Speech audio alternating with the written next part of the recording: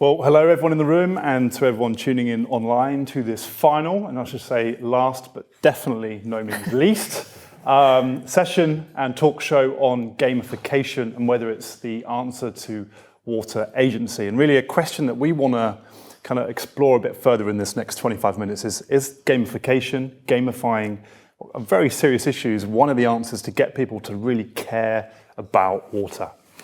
So when Victoria first reached out to me about the session, as a gamer for about 30 years and having written about the water industry for about 12 years, I absolutely jumped at the chance because I think this is a topic that I really feel passionate about that can make a difference. So again, thank you to everyone online and for everyone in the room for joining us. So a quick introduction to our speakers. We have Victoria Edwards, who is the co-founder and CEO of Fido, a UK digital and AI company from the UK. And she's on a mission to help, on a passionate mission and journey to help harness AI for the topic of water loss, which we'll get into. And as well, Callie Stinson, who is a water strategy expert focusing on resiliency, currently from Water Foundry, one of the co-conveners of the session, and formerly with the World Economic Forum, UN Water and the Bill and Melinda Gates Foundation. Callie, welcome. Thank you. Happy to be here. So we were going to do a poll today, but I'm told we can't. So in fact, I'm going to go old school and get everyone just to raise their hands. You know, we used to do that before the pandemic. You put your arm in the air, or you can use this one. How many of you in the room actually play games? Wow, okay. Well, I thought probably for everyone tuning in online, that's a good... Sorry, can you do it again, just so I can have a quick count? It's literally everyone but me. Literally 80-90% of the room. Okay, so we're not... I thought it was people were going to be a bit more shy about putting their hand on. So that's really encouraging news. And as we know, gaming is overtaking the film industry as an enormous industry. It's going to be worth about $350 billion per year. I had a look into some of the numbers. I think the Fortnite players, for those of you who have got children who play it, certainly my 11-year-old daughter is a fan. There's about 350 million players worldwide now. So gaming is fun, but we're looking at kind of how to encapsulate that fun around a very serious issue. So the first kind of bit of a curveball question I want to throw to you guys to start with is apathy towards water. You know, we're not talking people in this room, people tuning in online. We know water professionals as a whole, we care, we're passionate about what we do. How do we get people outside of those circles in the Western world where there's a well-run water supply to care about water? And do you think, at the very top level, gamification using games could be one answer? I think it's very interesting you say a well-run water supply. I think, like me, if you're from the UK, you would probably question that at this particular moment. And I think the topic about SUI is making seen what is unseen. And I'm a great believer in the democratization of water. And in order for water to be real, not just something that comes out of a tap, you've got to understand its value, you've got to understand the processes, what's technically difficult to get it to your tap so you can have water on demand. And I think that's what we need to look at, is actually giving the community agency about understanding water, because we now all understand it, because those tomatoes that we've been growing are now dying. That swimming pool that we were going to fill up is now gone. You know, people can't get out and play on the golf course. Well, actually, it's more serious than that, because without water, you die. And we need to understand it in that context. It's not a nice to have, it's a must have. It's the most precious, most valuable commodity, and also should be the most important industry on the planet. 100%. So you could, just to kind of reflect on that, and I'll come to you, Callie, afterwards, you're saying that gamification can help understand the journey of water, right? So this is part of the communications around where water comes from. You could perhaps say that the previous relationship between supplier and consumer has been a bit transactional. Yeah, so if you think about it, I mean, you're a water utility company. And actually, let's be really blunt. Nobody comes into the water industry, sits in maths on a Friday afternoon saying, if I pass this test with my algebra, I'm going to work in the water industry. They want to work in Formula One, they want to be a space. And actually, you need to work in water, but it's not vibrant enough. It doesn't connect with the youth as part of our education. And the utility companies only ever have a negative message. Could somebody want to put their hands up and say, when did you last time have a goodwill message from your water supplier? Well done. We won't know if that's through a game, but look how there was one out of nobody else. The normal communication is negative. It's a bill, or you're phoning them because you've got a problem, there's a leak, or you've got sewage running down the street. And actually what we think, gamification for me is just a form of communication that allows for a two-way positive communication if you've got something positive to talk about. It's a way of engaging across intergenerational sectors. So I think that's when the utility companies should look at gamification as a way of having a positive, fun, but informative interaction with their users. Very good. Callie, can you pick that one up, a positive Sure. I interaction mean, with I users? would underscore everything Victoria's just said, and I think just to build on one aspect of that, this cross-generational component, the marketing, if you will, of water as a means to overcoming apathy. And I think, we within the water community or the sector, as we, like to describe ourselves, it's a theme we talk about often. How do we make people care? I think one of the opportunities with this topic is really looking at how we can kind of broaden the tent of the community, bringing in people with new perspectives, new talent. I mean, you raised a point, or I think in reference to the workforce. How are we diversifying the perspectives, the skill sets, the age, the backgrounds of the people that work on water? And, gamification offering and creating new games offering, I think, really exciting opportunities to bring new voices into the community and for us to be thinking in a slightly more evolved and disrupted way than perhaps we have in the past. And I think, overcoming apathy is a challenge that we talk about at this conference and many others that we go to time and time again. And there's an inertia, I think, that we're all struggling with. And one of the aspects of overcoming that, I think, is looking how do we change that up from the inside and also from the outside. And I think this topic is a great avenue to start discussing that. I think you're right, and I think what gamification I think does is the water industry and the problem we're facing day zero, the day we're running out of water, and everybody can coalesce around climate change. But actually, there was an opening remark somebody made was great. If climate change is the shark, then water is the teeth. There's nothing for the water industry or people who are talking about water to coalesce around. Gamification, I believe, is a way to do that because it's a talking point, it's a central point, it's a way of imparting information about water, seeing its value, giving community agency, giving us that two-level communication and understanding how vitally important it is. And I think it's not just about having fun, it's about actually creating something, a community that we belong to that's global for once instead of disparate. 100%. So we've mentioned that word gamification quite a lot, and I think it's always good to perhaps give a practical example of that. And we were hoping to share a video, but you have water. I did share it on my social media beforehand, but there's a great example I'd really recommend anyone check out called Water Battle, and it's a collaboration between a sort of Dutch computer game startup and a Dutch utility called Wittens. And this game is, imagine like the kind of the Super Mario World type format, but actually the data from the customer's smart water meter feeds into the game. The parents are using too much water, the game is flooded, the children can't progress. The household reduces their water consumption, suddenly the water levels go down. And this plays on something wonderful that I've written on in the past called pest to power. Do not underestimate the power of children to kind of persuade and influence their parents' behavior, right? So this is based on real-time consumption data. It's an interactive game. It taps into what both of you said about encouraging younger generations to kind of really get into water. So could you maybe sort of comment on that as an example? I know we've all had a look at it beforehand and how that could maybe be done again, and then we'll talk a bit about your challenges and then scaling up as well. Yeah, absolutely. Would you want to take that one? Maybe to kick off, again, it's a really exciting example to Tom's point, and I think for me, what was so interesting, getting to learn about this particular game is just the way that they're approaching education is so multifaceted, right? And the behavior change is sort of just this byproduct, of it's almost this sneakiness, right? Of creating a game that's quite clever, it's quite fun. It's, connecting, again, the household users of water to be thinking about something and changing their behavior on a day-to-day basis, as a means to another end. And I think those are the types of kind of, the Trojan horse approach to getting people to care about water that is really interesting, and it's a super example, and I hope we can see more. And I think the EA in the UK have done a very good job with Rivercraft and looking about flooding, and that's an educational tool. And I think it's great, but I think it's just the first step.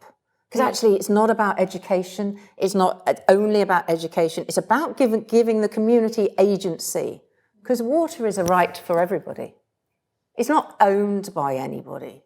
And I think gamification can be a way of helping community feel as if they have agency and ownership over what is the most vital resource for us for life. And I think that's something that we could and should be and are looking to explore. Yeah, and accountability too. Yeah. I mean, to build on that, we were discussing that before the session. I mean, there's certainly a sense of awareness and with that, ownership. But I think that citizen connection to, utility providers, public sector, that sort of implied sense of accountability becomes a little bit more opened up as well as we start to. In fact, what gamification does, one, it's a great leveler. Unless you're like me and you only play solitaire Scrabble, and I'd never get past one on Pac-Man. I'm from that generation.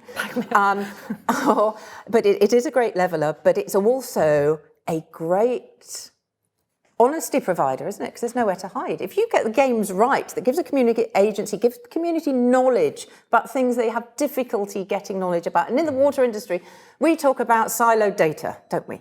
We talk about data not being shared between companies or innovators or governments. And we said, actually, how do we break that down? How do we actually get back to the real source that water is a right for everyone? And I think you've got to know what's happening in your local community in order to do that. And then that's why I think gamification is very exciting from a fun point of view and a community point of view, but also from a laying bare what could be an uncomfortable truth. So. We will pick that apart later on. But you did mention the Rivercraft example, and I think it's just worth unpacking that a little bit. It's the Environment Agency, the regulator in the UK. They've taken one flood resiliency project, and they've basically used AI to map that as a level in Minecraft. To basically, and one of the purposes was to try and encourage schools, young professionals to look at it in terms of flood resiliency. And actually as a future profession. But my question on any of these things is scalability. Like, it's okay doing it as a one-off with one-off partnership, but actually how do you kind of scale that across a country, across a continent? So it's not just a kind of one-off example. I know that may be opening a tin of worms. It is, because you're getting me onto my soapbox against innovation and adoption, and how adoption actually is equally, if not more important than the innovation, and why that doesn't always happen or effectively. But in terms of scalability, I think it's citizen science at its best. You may have seen in the UK the sewage and the surfers going, and actually it becomes a life of its own. And I think that's what you want it to be, is that it becomes global because of its nature of what it's giving everybody. They're getting a feeling of ownership, and there's an excitement of being involved. Of course, there's a competitive edge. I mean, people don't play games. You go and knit a scarf if you don't want to be competitive. You play games to be competitive, and you learn. And I think, so in terms of scalability, you've got to have the right, because I'm failed at things like that, you've got to have the right infrastructure and technology to be able to do it. But then I think it breeds a life of its own. I think it becomes that movement that you... This is not to discredit scarf knitters, because I'm sure there are a few competitions on that probably. Yeah. But it's something you think, why do people come back time and time again? We talked about the 350 million Fortnite players that's growing. It's because it's competitive, and there's a repeatability around that, right? So you mentioned the phrase Trojan horse in terms of the messaging and the gaming. That kind of repeatability has to be a big part of the scalability, right? Yeah. People have to want to, you can't just develop a game and say, here, use it. It has to travel by its own success to other people. Yeah, absolutely. And I think getting, non-traditional actors, spokespeople, thinking about creatively, how do we engage different audiences to help these things grow? But I mean, completely, the taking on a life of its own, I think, that's what we can only hope for in some of these examples, that they continue to grow, continue to reach the scale that we want to see. I think if we zoom out a little bit, having said that, when we talk about scalability, I mean, I would be remiss not to mention a theme that we have talked about basically all week here, which is the importance of partnerships too. I mean, we're seeing these pockets of innovation, really exciting examples, but that's often in a one-to-one context.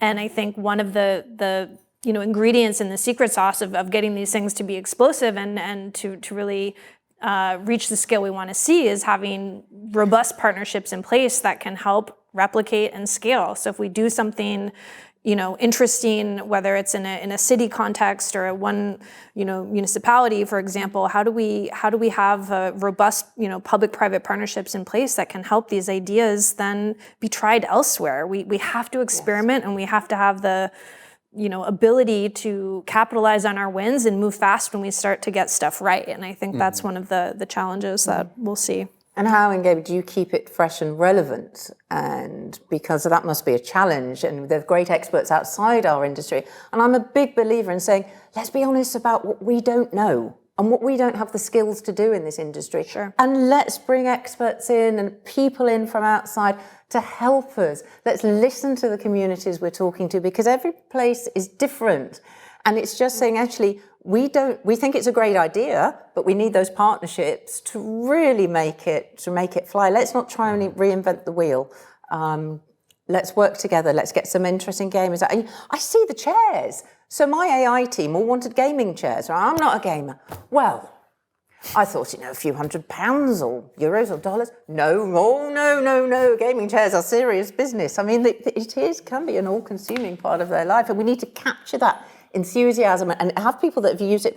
We should be getting behavioural scientists to say, and actually, what makes a game sticky? Why do people want to come back? Let's not just say, well, we've got a bit of data, so we'll just shove it out there and we'll put a pretty picture on the front and we'll say we've done gamification. Tick, we've done that for water. Now what are we going to do for water?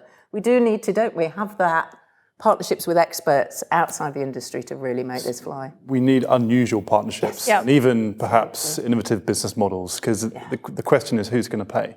Yeah, I think with any new development, right? So, but Victoria, you're actually developing a kind of on this journey yourself, so you can talk firsthand. But I mean, in terms of the partnerships you're looking at, and actually, where do you even go developing that game to raise awareness? Well, we're very new at FIDO to the water industry, and we've met some great people. So I'm working with Will Sarney at the Water Foundry, and with Project WET, who are a great charity and global organisation about education about water. And we have a very simple premise at FIDO. We want to save the planet a megalitre at a time, but we want to involve the community to do it. So we thought, actually, what do people do? We see our young AI developers going out and playing geocaching or Pokemon Go. And what we're saying is we're open data, completely believe you've got to be. You can't have a big global crisis challenge and be proprietary, and I'm not talking to you and you're not talking to us. And we said, actually, we want the community to have agency and help us collect data about where leaks are. So we will deploy lots of little sensors on the network, little FIDO bugs, and you go geocaching. A bit like, will I get in trouble for saying this, Pokemon Go? Sorry, but we'll come and talk to you, because we need experts. And we say, actually, you can be walking to your playing field or going to the supermarket, and you've got a little FIDO app, and it'll pop up and say, well done, you found a leak, and it's a big leak. And it sends that audio data that the AI's done, but it sends that data to your utility company. So you can get maybe we could get the community says, actually, every time we find one, we want to give a water credit to a water-starved area, or we want shirts for the local football team. It's up to you. It's the community's power. And then the utility has a positive communication with you, because it can say, thank you for finding it. We're coming to repair it. Guess what? We've repaired it. We've saved this much water. Do you know how much this has helped the environment? You are a super water warrior. And it's that type of, and that is not community buying the game. This is not about it. This is about giving the community agency and saying to the utility company, could be uncomfortable because they might find a lot of leaks. But at least we found them, and then we can have a conversation, that water company, with the community and say, look, we found a lot of leaks. Where do you think are the important ones to fix? Well, let's fix the large ones, because we know if it's a large one or a small one. And it just gives power to everybody. It makes them realise the value of water. And I think once you've done that, it's a bit Pandora's box, though. I might get shot down. I may be because we are lifting the lid on what has been totally unseen to the community that is the consumer. And I hope it's met in the spirit that it's meant to meet, which is about making everybody feel responsible and somehow accountable for the water they've got. Just to kind of play the devil's advocate on that one, because I think that's why you brought me for this. Yeah, I know you do well. I should have had you. One of the key, perhaps, bottlenecks to that is going to literally be the Pandora's box analogy, right? Because you're democratizing access to this game. People can go hunting for leaks. Yeah. And it's perhaps going to, you use the Al Gore reference, the inconvenient truth. Yeah. So have you had any feedback like that from water companies, or do you think that's a potential kind of blocker in this vision you have? We work with some great utility companies. We're only here because we won a place on United Utilities Innovation Lab, which let us fail so many times. We've got a company in New Zealand. We're looking for really a water-starved community, somewhere we can really go and test it out and try it. And do you know what? I'm going to say something that I probably shouldn't say.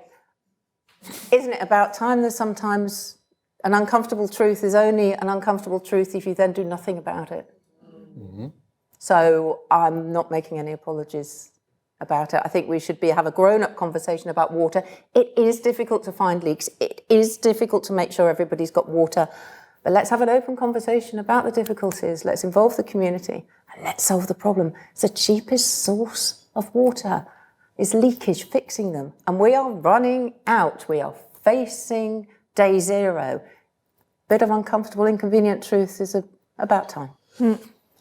100%. I mean, you referenced the UK kind of sewage issue and what if anyone's seen it, the Surfers Against Sewage app that can show you where there's been a kind of discharge of untreated water. And it made headlines recently, kind of after the recent downpours. And I put a picture on my social of paddleboarding prior and everything was green and beautiful and ticks. And then after the downpour, there were quite a few red crosses. But in terms of driving that, before the citizen science of going out and taking water samples, actually it's quite a powerful thing in terms of empowering people on that data. So, but it shouldn't be a blame game, should it? That's the whole point. It's about saying, actually, we're just laying bare and let's work together. And I think that it's all right for having an app to report problems. I think it doesn't go far enough. And I think it needs to be something that has solutions and with community-based decisions as well. And I think that's where gamification comes in, because it says, actually, we're all learning. We're getting things that, I mean, some utility companies are so inventive and try so hard. Yeah. This is just another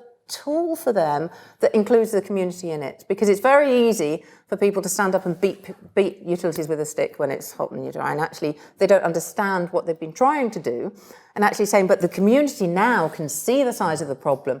There is accountability, yes, but you can have a grown-up two-way conversation, and hopefully a positive one, about how you're going to stop us running out of water. Yeah, totally. And I think it's all, what we're all kind of getting at is the importance of these types of exercises being participatory, right? That they're not antagonistic, they're not imposed upon a local municipality to shine a light on failures, but that, we find a way to creatively tackle, Will, my colleague, is always talking about wicked water problems, right? We're finding new ways to tackle the same old problems.